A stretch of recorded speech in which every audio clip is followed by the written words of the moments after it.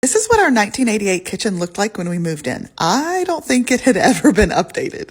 We did have to replace the appliances, but we didn't have the tens of thousands of dollars to completely gut this kitchen. So I started thinking of what sweat equity I could put in to update this kitchen to be more beautiful and functional for our family. I started by painting. Paint can update a space so much. I painted all the wood trim and I even painted over the wallpaper on the walls. The ceiling was this stamped pattern that just collected dust, so I rented a drywall sander from Home Depot to sand it flat and then painted the ceiling. The next thing to tackle was refinishing the cabinets. If you want professional results, you have to put in the work. I have a separate video detailing every step, but it's first sanding and then wood filling the grain, then priming and painting.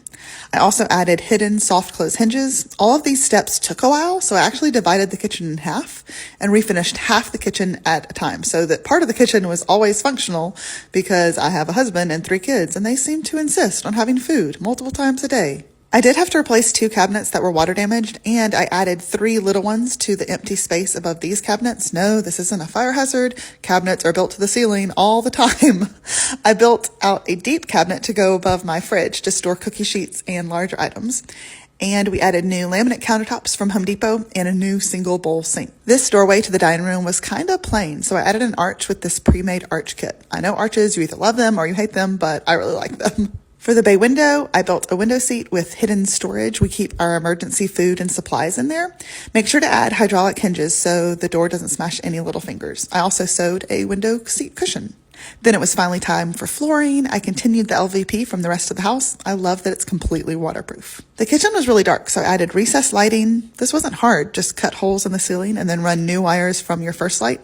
I also replaced the light over the breakfast table, and I added some trim around the 80s hollow core doors to give them a little bit more dimension. For the backsplash, I went with this cream Zalige tile from Home Depot. Tiling a backsplash is a great beginner project. If my 4-year-old can do it, you can too. I had taken down one of the upper cabinets to add 2 floating shelves. Floating shelves are also a sensitive topic, but leaving some upper cabinets and having a few floating shelves is my favorite combo.